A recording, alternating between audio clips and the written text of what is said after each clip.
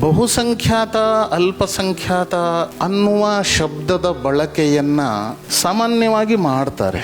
ಆದರೆ ಭಾರತವಾಗಿ ಬದುಕ್ತಿರೋರು ಎಷ್ಟು ಜನ ಅಂತ. ಈ ದೇಶ ಉಳಿದೇ ಇದ್ರೆ ವಿಶ್ವ ಉಳಿಯಲ್ಲ ಅನ್ನೋದು 100ಕ್ಕೆ 100 ನಿಶ್ಚಿತ. ಯಾಕೆಂದ್ರೆ ವಿಶ್ವ ಉಳಿಬೇಕು, ಜಗತ್ತು ಉಳಿಬೇಕು, ಜಗತ್ ಕಲ್ಯಾಣ ಅನ್ನೋದಾಗಬೇಕು ಅಂತ ಬಯಸುವ ಒಂದೇ ದೇಶ ಭಾರತ. ಕಾಶ್ಮೀರದ ಹಿಂದೂಗಳಿಗಾದ ಅನ್ಯಾಯ ನಮಗೆ ಯಾಕದ ತಟ್ಟಲ್ಲ? ಯಾಕೆ ಅನ್ಯಾಯ ಆಗಿದೆ ಅಂತ ಯಾಕೆ ಅನ್ಸಲ್ಲ? ಯಾಕಂದ್ರೆ ನಮಗೇ ನಮ್ಮ ಬಗ್ಗೆ ಅಭಿಮಾನ ಇಲ್ಲ. ಈ ಪುಸ್ತಕ ಒಂದು ಬರೋದ್ ಕೂಡಲೇ ದೇಶ ಬದಲಾಗ್ಬಿಡುತ್ತೆ ಅಂತ ಕೆಲವರು ಕೇಳ್ತಾರೆ. ಆದ್ರೆ ಬದಲಾಗೋದಕ್ಕೆ ಪುಸ್ತಕ ಬರೆಯೋದು ಒಂದು ಕಾರಣ. ಮತ್ತು ಸುಖ, ಯಶಸ್ಸು, ಸಾರ್ಥಕತೆ ಭೀಕರ ಸಂಘರ್ಷದ ಹೊರತಾಗಿ ಸಿಗಲ್ಲ. ಧರ್ಮದ ಸಂಸ್ಥಾಪನೆ ಮಹಾಭಾರತದ ಯುದ್ಧದ ನಂತರವೇ ಆಗಿತ್ತು. ಯಾವಾಗ ಸ್ವಾರ್ಥ ಅನ್ನೋದಿರಲ್ವೋ ಅವಾಗ ಮಾತ್ರ ಧೈರ್ಯ ಬರುತ್ತೆ. ಯಾರೋ ಒಬ್ರು ಧೈರ್ಯ ಇಲ್ಲ ಅವರಲ್ಲಿ ಅಂತ ನಮಗನ್ಸಿದ್ರೆ ಅಂದ್ಕೋಬೇಕು ಅವರಲ್ಲಿ ಏನೋ ಒಂದು ಸ್ವಾರ್ಥ ಇದೆ ಅಂತ. ಸ್ವಾರ್ಥ ಇಲ್ಲದೇ ಇದ್ದಾಗ ಮಾತ್ರ ಸಾಹಸದ ಮಾತುಗಳು ಹೊರಗಡೆ ಬರುತ್ತವೆ. ಸ್ವಾರ್ಥ ಇದ್ದಾಗ ಸುಳ್ಳೇ ಹೊರಗಡೆ ಬರುತ್ತದೆ. ಇದು ತ್ರಿಕಾಲಾಬಾಧಿತ ಸತ್ಯ. ಬಹುಸಂಖ್ಯಾತ ಅಲ್ಪಸಂಖ್ಯಾತ ಅನ್ನುವ ಶಬ್ದದ ಬಳಕೆಯನ್ನ ಸಾಮಾನ್ಯವಾಗಿ ಮಾಡ್ತಾರೆ. ಆದರೆ ಭಾರತವಾಗಿ ಬದುಕ್ತಿರೋರು ಎಷ್ಟು ಜನ ಅಂತ ಪ್ರಶ್ನೆ ಇರೋದು. ಈಗ ಭಾರತವನ್ನು ಉಳಿಸ್ಬೇಕಾದ್ರೆ ಭಾರತವಾಗಿ ಬದುಕಬೇಕಾಗತ್ತೆ. ಯಾಕೆ ಈ ಪರಿಸ್ಥಿತಿ ಬಂತು? ಹಿಂದೂಗಳು ದ್ವಿತೀಯ ದರ್ಜೆ ಅಂತಿದ್ರು, ಈಗ ಇವರು 8ನೇ ದರ್ಜೆ ಅಂತ ಹೇಳಿದ್ದಾರೆ. ಹಾಗೆ ಹೇಳೋದಕ್ಕೆ 8 ಕಾರಣ ಹುಡುಕಿದ್ದಾರೆ. ನನಗನ್ಸುತ್ತೆ ಇನ್ನೊಂದು ಸ್ವಲ್ಪ ಒಳಗಿಳಿದ್ರೆ 100 ಕಾರಣಗಳು ಸಿಗ್ತವೆ. ನಗ್ತಾ ನಗ್ತಾ ಹೇಳ್ತಾ ಇದ್ದೀನಿ ನಾನು, ಒಳಗಡೆ ನೋವಿದೆ. 100ನೇ ದರ್ಜೆಯ ಪ್ರಜೆಗಳು, 8ನೇ ದರ್ಜೆಯೂ ಅಲ್ಲ. ಬಹಳ ಸೋಸಿ ಇವರು 8 ಕಾರಣಗಳನ್ನು, ಮಹತ್ವದ ಕಾರಣಗಳನ್ನು ಹುಡುಕಿದ್ದಾರೆ. 1000 ಪುಟದ ಪುಸ್ತಕಗಳನ್ನು ಬರೆಯಬಹುದು. ರಾಜೀವ್ ಮಲ್ಹೋತ್ರಾ ಅವರು ಒಂದು ಪುಸ್ತಕ ಬರೆದಿದ್ದಾರೆ, ಬ್ರೇಕಿಂಗ್ ಇಂಡಿಯಾ ಅಂತ. ಅವ್ರು ಇನ್ನೊಂದು ಪುಸ್ತಕ ಬರೆದಿದ್ದಾರೆ, ದ ಸ್ನೇಕ್ಸ್ ಇನ್ ಗಂಗಾ. ಅದೇ ರೀತಿಯಲ್ಲಿ ಇದು ಹಿಂದೂ ರಾಷ್ಟ್ರದಲ್ಲಿ ಹಿಂದೂಗಳು, ಹಿಂದೂಸ್ ಇನ್ ಹಿಂದೂ ರಾಷ್ಟ್ರ. ಇದೆಲ್ಲ ಪುಸ್ತಕಗಳು ಬರ್ತಾ ಇದೆಯಲ್ಲ, ಇದು ಭಾರತ ಬದಲಾಗ್ತಿರ್ತಕ್ಕಂಥ ಲಕ್ಷಣ. ಇದು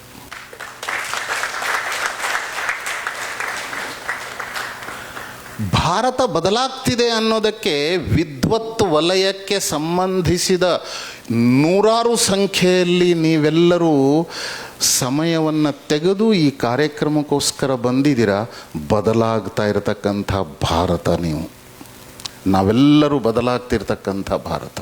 ಭಾರತ ಸಂಧಿಕಾಲದಲ್ಲಿ ಹಾದು ಹೋಗ್ತಾ ಇದೆ. ಸಂಧಿಕಾಲ ಅಂದರೆ Bharat is passing through a transition period. ಸಂಧಿಕಾಲ ಅಂದರೆ ಈ ಕಡೆ ಕತ್ತಲೆ ಪೂರ್ತಿ ಮುಕ್ತಾಯ ಆಗಿಲ್ಲ, ಬೆಳಕು ಪೂರ್ಣ ಹರಿದಿಲ್ಲ, ಬೆಳಕು ಬಂದಿಲ್ಲ ಇನ್ನು.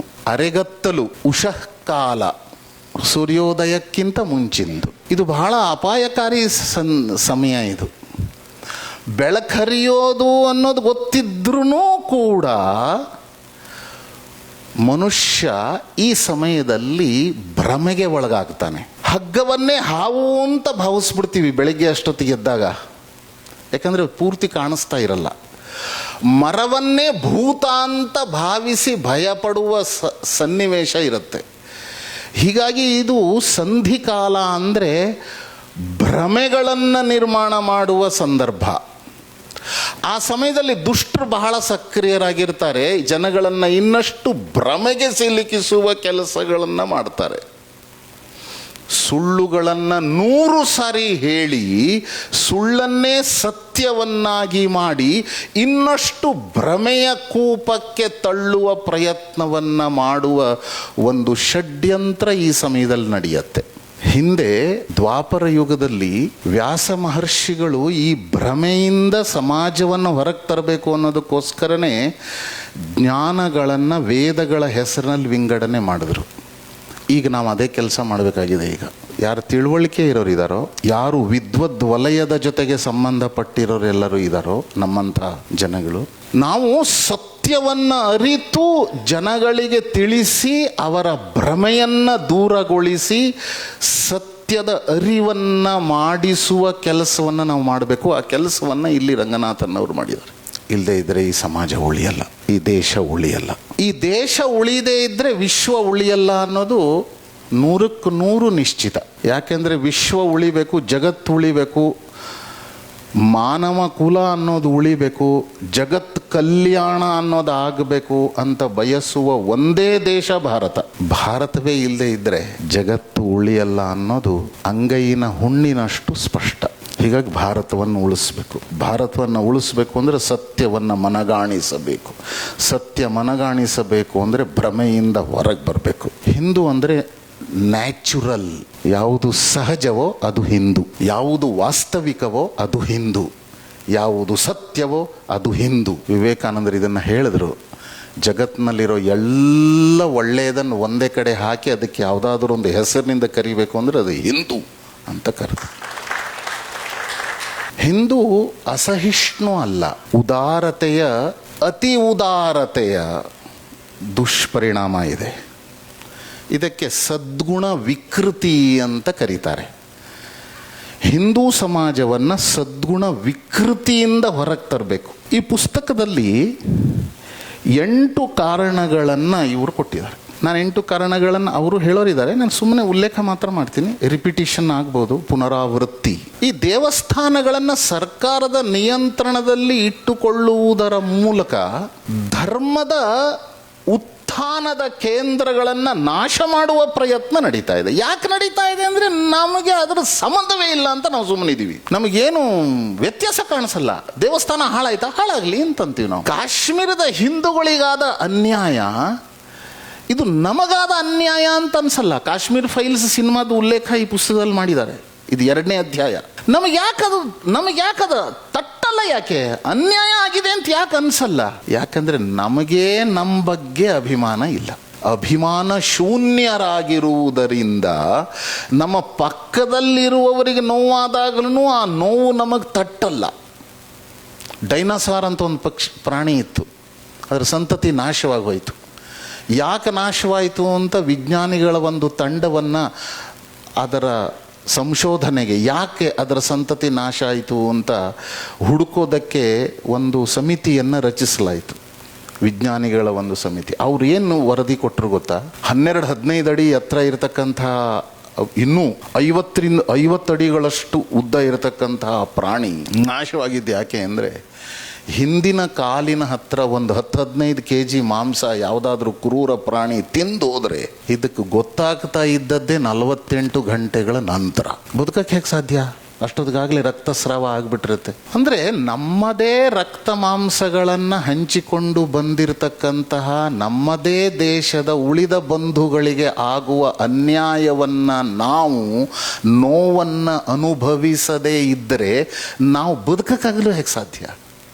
ಈ ಸಮಾಜ ಉಳಿಯಲ್ಲ. ವೇದನೆ ಅಂತ ಒಂದು ಶಬ್ದ ಇದೆ. ನನಗಾಗುವ ನೋವನ್ನು ನಾನು ಅನುಭವಿಸುವುದಕ್ಕೆ ವೇದನೆ ಅಂತ ಕರೀತಾರೆ. ನೋವಾಗ್ತಿರೋದು ಬೇರೆಯವರಿಗೆ, ಅನುಭವಿಸ್ತಿರೋದು ನಾನು, ಅದಕ್ಕೆ ಸಂವೇದನೆ ಅಂತ ಕರೀತಾರೆ. ಮನುಷ್ಯ ಅಂತ ಆಗಬೇಕು ಅಂತ ಆದರೆ ಅವನಿಗೆ ಸಂವೇದನೆ ಅನ್ನೋದು ಇರಬೇಕು. ಆ ಸಂವೇದನೆಯೇ ನಷ್ಟವಾಗಿ ಹೋಗ್ಬಿಟ್ರೆ ಆ ಮನುಷ್ಯನೂ ಬದುಕಲ್ಲ, ಅವನಿಂದ ಯಾವ ಪ್ರಯೋಜನವೂ ಆಗಲ್ಲ. ಈಗ ನಮ್ಮ ಸಮಾಜ ಹೇಗಿದೆ ಅಂತಂದರೆ ಸಂವೇದನೆಯನ್ನೇ ಕಳ್ಕೊಂಡ್ಬಿಟ್ಟಿದೆ. ಆ ಸಂವೇದನೆ ಬರಲಿಕ್ಕೆ 2ನೇ ಅಧ್ಯಾಯ ಬಹಳ ಇಡೀ ಪುಸ್ತಕವೇ ಸಂವೇದನೆಯನ್ನು ಜಾಗೃತಗೊಳಿಸುವ ಕೆಲಸ ಮಾಡಿದೆ.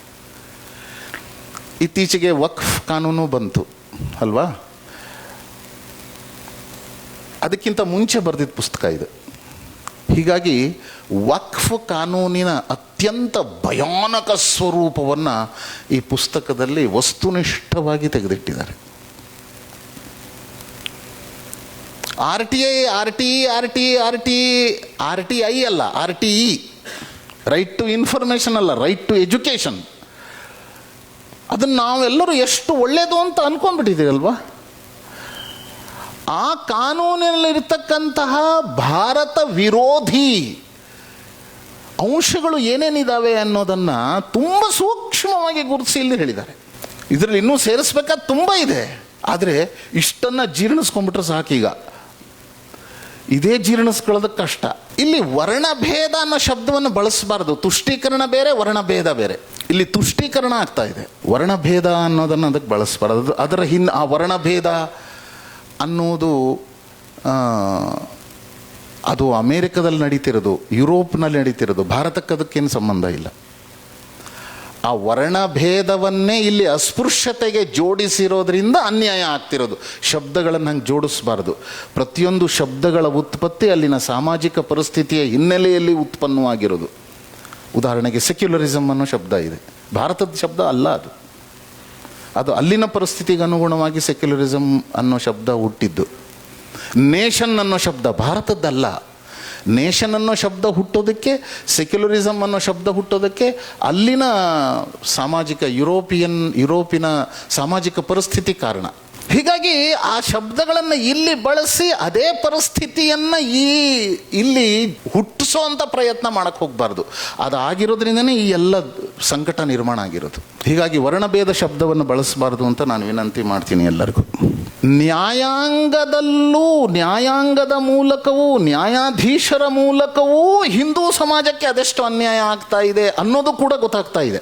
ಈ ಕುಟುಂಬಗಳನ್ನು, ಹಿಂದೂ ಕುಟುಂಬಗಳನ್ನು ಒಡೆಯುವುದಕ್ಕೋಸ್ಕರ ಮಾರ್ಕೆಟಿಂಗ್ ನೆಟ್ವರ್ಕ್ ಎಷ್ಟು ಕೆಲಸ ಮಾಡ್ತಾ ಇದೆ, ಧಾರಾವಾಹಿಗಳು ಯಾವ ಥರ ಬರ್ತಾ ಇದೆ, ಎಲ್ಲ ಶಕ್ತಿಗಳು ಒಟ್ಟಿಗೆ ಸೇರಿದೆ. ಹಿಂದೂ ಸಮಾಜವನ್ನು ನಾಶ ಮಾಡಬೇಕು ಅನ್ನತಕ್ಕಂಥ ಪ್ರಯತ್ನದಲ್ಲಿ ಅನೇಕ ಮುಖಗಳಲ್ಲಿ ಪ್ರಯತ್ನ ನಡೀತಾ ಇದೆ. ಅದನ್ನು ಇದರಲ್ಲಿ 6ನೇ ಅಧ್ಯಾಯದಲ್ಲಿ ಚೆನ್ನಾಗಿ ತಗೊಂಡಿದ್ದಾರೆ. 6ನೇಯ ದರ್ಜೆ ಅದು, ಅಲ್ಲಿಗೆ ಇಳಿದಿದ್ದೀವಿ ನಾವು ಅಂತ.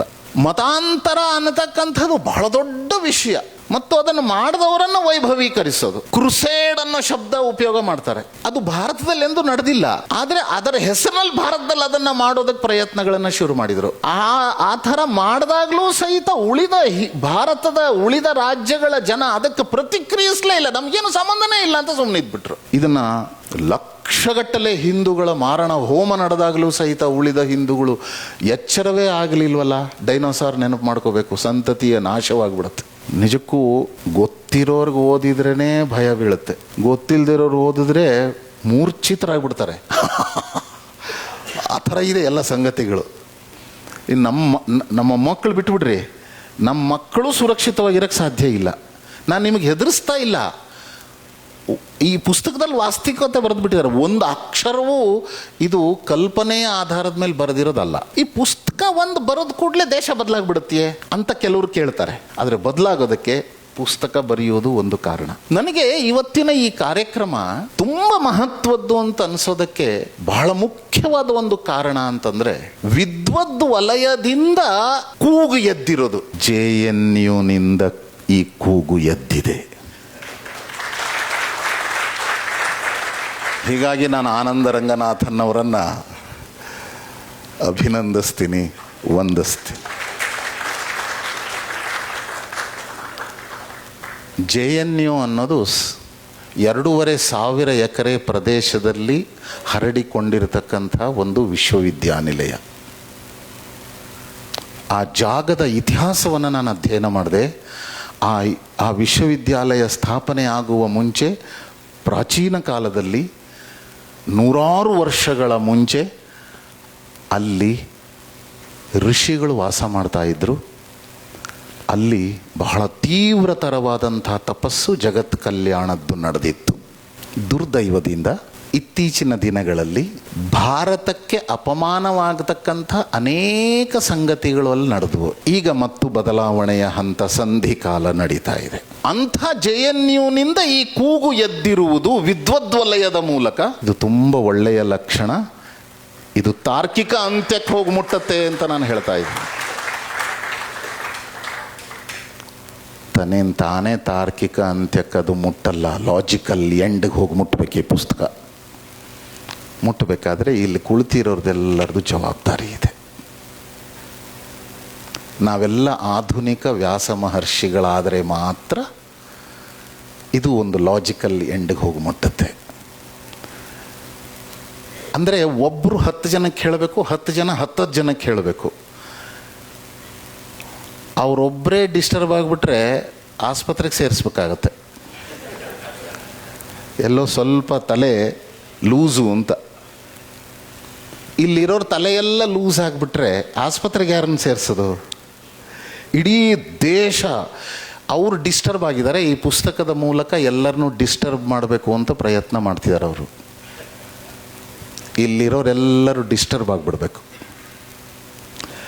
ತುಂಬ ಜನ ತುಂಬ ವಿಷಯದ ಕುರಿತಾಗಿ ಡಿಸ್ಟರ್ಬ್ ಆಗ್ತಾರೆ. ಬ್ಯಾಡವಾಗಿದ್ದ ವಿಷಯಕ್ಕೆಲ್ಲ ಡಿಸ್ಟರ್ಬ್ ಆಗೋದನ್ನು ನೋಡಿದ್ದೀವಿ ನಾವು. ಈ ವಿಷಯಕ್ಕೆ ಡಿಸ್ಟರ್ಬ್ ಆಗಿ ಅಂತ ನಾನು ಪ್ರಾರ್ಥನೆ ಮಾಡ್ತಾ ಇದ್ದೀನಿ.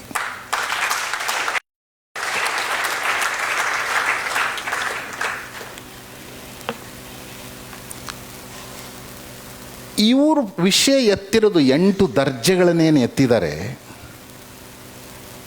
8 ಇಶ್ಯೂಸನ್ನು ಎತ್ತಿದ್ದಾರೆ. ಇದು ಗ್ರೌಂಡ್ ಲೆವೆಲ್ಲು, ನೆಲಹಂತದಲ್ಲಿ, ಭೂಮಿಯ ಸ್ತರದಲ್ಲಿ, ಸಾಮಾಜಿಕ ಸ್ತರದಲ್ಲಿ, ಸಾಮಾನ್ಯ ಜನಗಳ ಮಟ್ಟದಲ್ಲಿ ಆಗ್ತಿರ್ತಕ್ಕಂಥ ಘೋರ ಅನ್ಯಾಯಗಳಿವು.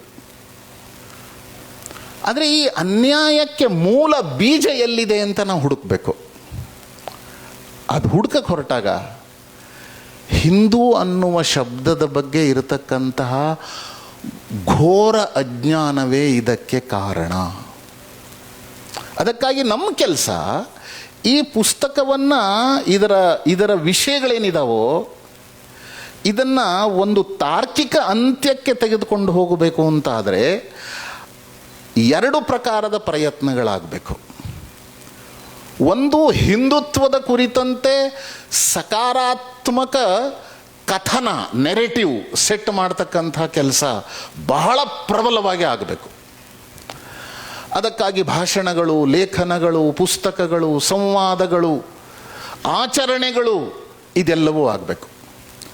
ಕೇವಲ ಸಂವಾದದ ಮಟ್ಟಕ್ಕೆ ಮಾತ್ರ ನಿಂತರೆ ಸಾಲಲ್ಲ, ಆಚರಣೆಯ ಮಟ್ಟಕ್ಕೂ ಇಳಿಬೇಕು. ಅದು ಹಿಂದೂ ಅಂದರೆ ಏನು? ಸಂವಿಧಾನದಲ್ಲೂ ಹೀಗೆ ಬರೆದಿದ್ದಾರೆ: ಜೈನರಲ್ಲದೆ ಇರುವವರು, ಬೌದ್ಧರಲ್ಲದೆ ಇರುವವರು, ಮುಸಲ್ಮಾನರಲ್ಲದೆ ಇರುವವರು, ಕ್ರಿಶ್ಚಿಯನರಲ್ಲದೆ. ಅರೆ, ಇದೊಂದು ಡೆಫಿನೇಷನ್ ಆಗೋಕ್ಕಾಗತ್ತೇನ್ರಿ? ಇದೊಂದು ನೆಗೇಷನ್, ನಕಾರಾತ್ಮಕ ವಿವರಣೆ. ಇದು ನಾನೀಗ ಸಕಾರಾತ್ಮಕ ವಿವರಣೆ ಕೊಡ್ತಾ ಇದ್ದೀನಿ. ಹಿಂದೂ ಅಂದರೆ ಸಕಾರಾತ್ಮಕ ವಿವರಣೆ ಕೊಡೋದಾಗಬೇಕು. ಇದರ ಬಗ್ಗೆ ನೆರೇಟಿವ್ ಸೆಟ್ ಮಾಡುವ ಕೆಲಸ ನಾವು ಮಾಡಬೇಕು. ಆವಾಗ ನಮಗೆ ಶಕ್ತಿ ಬರುತ್ತೆ. ಈ ಎಲ್ಲ ಜಮೀನಿ ಸ್ತರದಲ್ಲಿ, ಭೂಮಿಯ ಮಟ್ಟದಲ್ಲಿ, ಸಾಮಾನ್ಯ ನೆಲದ ಮಟ್ಟದಲ್ಲಿ, ಗ್ರೌಂಡ್ ಲೆವೆಲಲ್ಲಿ ಈ ಸಂಘರ್ಷವನ್ನು ಎದುರಿಸ್ತಕ್ಕಂಥ, ಈ ಸವಾಲುಗಳನ್ನು ಎದುರಿಸ್ತಕ್ಕಂಥ ಶಕ್ತಿ ಬರುತ್ತೆ. ಮೊದಲನೇದು, ಹಿಂದೂ ಅಂದರೆ ಸರ್ವಂ ಖಲ್ವಿದಂ ಬ್ರಹ್ಮ, ಯೂನಿವರ್ಸಲ್ ಒನ್ನೆಸ್. ಹಿಂದುತ್ವ ಅಂದರೆ ಎರಡನೇದು, ಸರ್ವೇ ಭವಂತು ಸುಖಿನಃ. ಈ ಸರ್ವೇ ಭವಂತು ಸುಖಿನಃ ಬಗ್ಗೆನೂ ತಪ್ಪು ನೆರೇಟಿವ್ ಸೆಟ್ ಆಗಿದೆ. ಆಶೀರ್ವಾದ ಮಾಡುವಂತಹ ಒಂದು ಭಾವನೆ ಇದರಲ್ಲಿದೆ. ನೀವು ಸುಖವಾಗಿರಿ. ಇಲ್ಲ, ಆ ಥರ ನೆರೇಟಿವ್ ಇಲ್ಲ. ಇದು ಇನ್ನೊಬ್ಬರ ಸುಖಕ್ಕೋಸ್ಕರ ನನ್ನ ಸುಖವನ್ನು ನಾನು ಆನಂದದಿಂದ, ಸ್ವೇಚ್ಛೆಯಿಂದ ಬಲಿ ಕೊಡಕ್ಕೆ ತಯಾರಿದ್ದೀನಿ ಅನ್ನುವ ಪಬ್ಲಿಕ್ ಕಮಿಟ್ಮೆಂಟ್ ಇದು. ಆಶೀರ್ವಾದ ಮಾಡೋದಲ್ಲ, ಶುಭಾಶಯಗಳನ್ನು ಕೋರೋದಲ್ಲ, ನೀವೆಲ್ಲರೂ ಸುಖವಾಗಿರ್ರಿ ಅಂತ. ಸರ್ವೇ ಭವಂತು ಸುಖಿನಃ ಇದು ಪಬ್ಲಿಕ್ ಕಮಿಟ್ಮೆಂಟ್. ನನಗೆ ಕಷ್ಟ ಆದರೂ ಚಿಂತೆ ಇಲ್ಲ, ನಾನು ಇನ್ನೊಬ್ಬರ ಕಷ್ಟಗಳನ್ನು ನಾನು ದೂರಗೊಳಿಸೋದಕ್ಕೆ ನಾನು ಪ್ರಯತ್ನ ಮಾಡ್ತೀನಿ. ಇವನು ಹಿಂದೂ. ಇದು ಹಿಂದುತ್ವ. ದೈ ನೀಡ್ ಈಸ್ ಗ್ರೇಟರ್.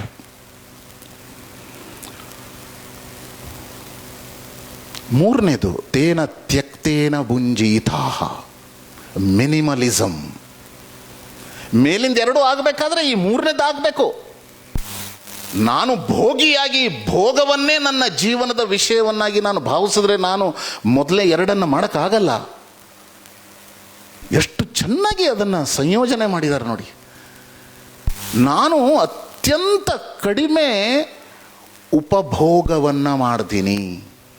ಧರ್ಮಾಚರಣೆಗೆ ಅವಶ್ಯಕವಿರುವ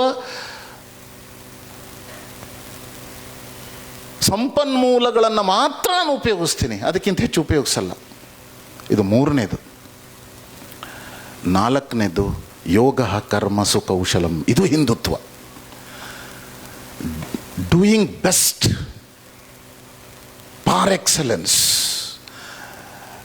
ಎಕ್ಸಲೆಂಟ್ ಬಿಟ್ಟು, ಬೆಸ್ಟ್ಗಿಂತ ಬೆಸ್ಟ್ ಮಾಡೋದನ್ನು ಬಿಟ್ಟು ನಾನು ಇನ್ನೇನೂ ಮಾಡಲ್ಲ. ನಾನು ಏನು ಮಾಡ್ತೀನೋ ಅದನ್ನು ಬೆಸ್ಟೇ ಮಾಡ್ತೀನಿ ನಾನು.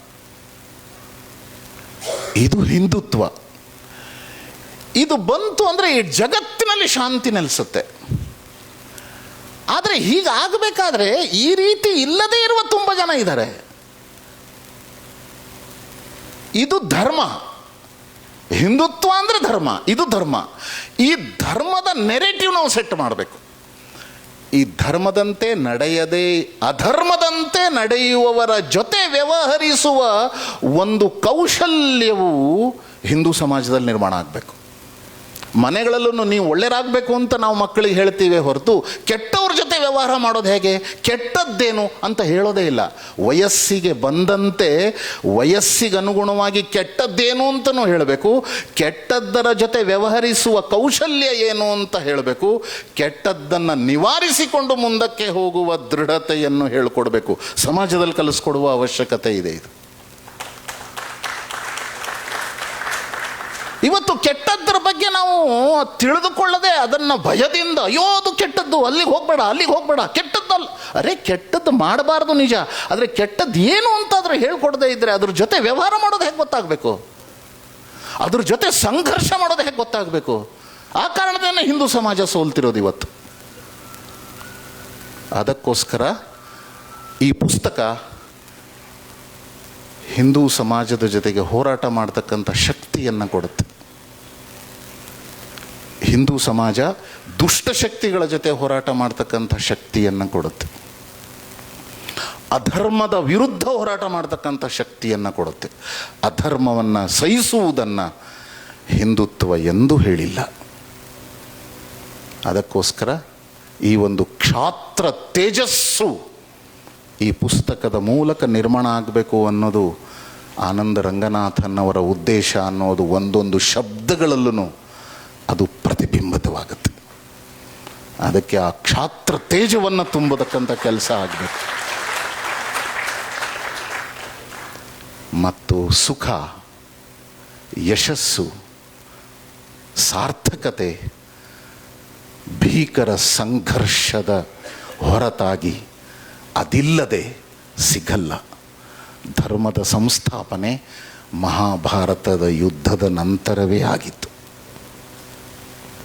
ಈಗಿರುವ ಸಂಧಿಕಾಲದ ಈ ಸಂದರ್ಭದಲ್ಲಿ ಭಾರತವನ್ನು ವಿಶ್ವ ಕಲ್ಯಾಣದ ತನ್ನ ಜೀವಿತದ ಉದ್ದೇಶವನ್ನು ಸಾಧಿಸುವ ಹಂತಕ್ಕೆ ತೆಗೆದುಕೊಂಡೋಗಿ ನಿಲ್ಲಿಸಬೇಕು ಅಂತಾದರೆ ಸಂಘರ್ಷ ಇಲ್ಲದೆ ಸಾಧ್ಯ ಇಲ್ಲ. ಕಷ್ಟವನ್ನು ಎದುರಿಸದೆ ಸುಖ ಬರಲ್ಲ. No shortcuts. ಹೀಗಾಗಿ ಎಲ್ಲರಲ್ಲೂ ಕೈ ಜೋಡಿಸಿ ನಾನು ಪ್ರಾರ್ಥನೆ ಮಾಡ್ತೀನಿ. ಈ ಸಂಘರ್ಷ, ಈ ಕಷ್ಟ